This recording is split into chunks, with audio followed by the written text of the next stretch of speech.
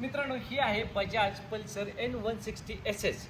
तर या गाडीचा कंप्लीट वॉक अराउंड आणि ड्राइव्ह इम्प्रेशन मी तुमच्यावर शेअर करणार आहे. तर व्हिडिओ नक्की शेवटपर्यंत बघा, कारण की तुम्ही जर या गाडीचा विचार करत असाल तर हा व्हिडिओ तुमच्यासाठी होऊ शकतो. तर मित्रांनो, पल्सरचा iconic front look, projector LED headlamps with LED DRLs, 37 mm चा USD फोक्स 100 सेक्शनचा टायर, त्याचबरोबर 300 mm चा डिस्क ब्रेक येणार आहे आणि सर्वात महत्त्वाचं ड्युअल चॅनल असणार आहे. मेजर चेंजेस असणार आहेत म्हणजे ते हे इंजिन, हे तुम्हाला 164.9 cc चं इंजिन आहे, जे 4 व्हॉल्व असणार आहे विथ ऑइल कूल असणार आहे. हे तुम्हाला 18.5 PS पॉवर आणि 14.4 न्यूटन टॉर्क जनरेट करणार आहे. म्हणजे सेगमेंट मध्ये सर्वात पॉवरफुल इंजिन असणार आहे बरं का. अंडरबेली एक्झॉस्ट देण्यात आलेला आहे, पाठीमागे मोनोशॉक मिळतो आणि सर्वात महत्त्वाचं म्हणजे पाठीमागचा 130 सेक्शनचा टायर आहे, म्हणजे कॉर्नरिंगला स्टॅबिलिटी एक नंबर भेटणार आहे. 230 mm चा रिअर डिस्क ब्रेक याच्यात देण्यात आलेला आहे. 3D मध्ये पल्सर, पाठीमागे N160 SS चं बॅजिंग इथं पाहायला मिळतात. स्प्लिट सीट्स, सेगमेंट मध्ये सर्वात पहिला TFT डिस्प्ले या बाईक मध्ये पाहायला मिळतो. याच्यामध्ये तुम्हाला इनबिल्ट नॅव्हिगेशन तर मिळतंच, त्याच्याबरोबर तुम्हाला गुगल मॅप मिररिंग पण याच्यामध्ये पाहायला मिळतं. त्याच्याच बरोबर याच्यामध्ये तुम्हाला ड्राईव्ह मोड्स पण पाहायला मिळणार आहेत. तुम्हाला याच्यामध्ये बघू शकता पर्सनलाइज मध्ये डे नाईट मोड, मग तुम्ही स्क्रीन डे नाईटली ऍक्टिव्ह करू शकता. डे मोड साठी डार्क, याच्याबरोबर राईड मोड्स पण देण्यात आलेले.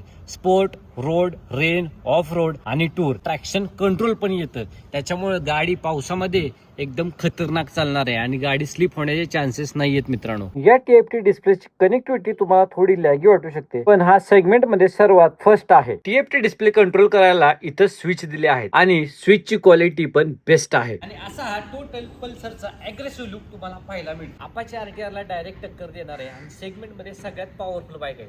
चला तर चालून बघूया गाडी आपल्याला कशी वाटते.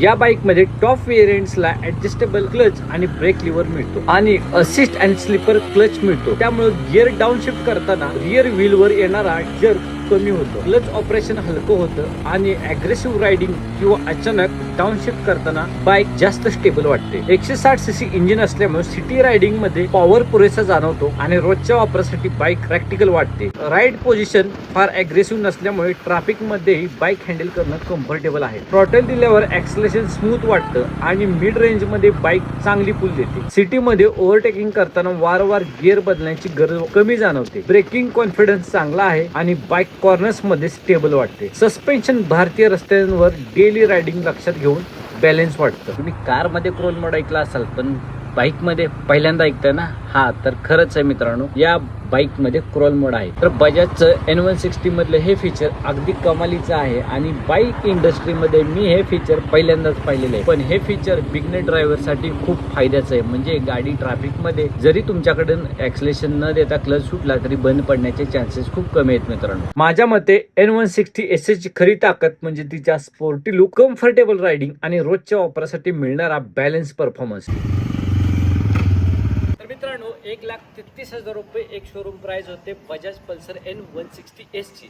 आणि जर 160 N SS घेतली, ही जी बाईक मी आता चालवली, तिची प्राइस आहे 1,42,000 रुपये. तर तुम्हाला ही बाईक कशी वाटली कमेंट मध्ये नक्की सांगा. माझी जी मतं होती ती मी तुमच्यासमोर मांडलेली आहेत.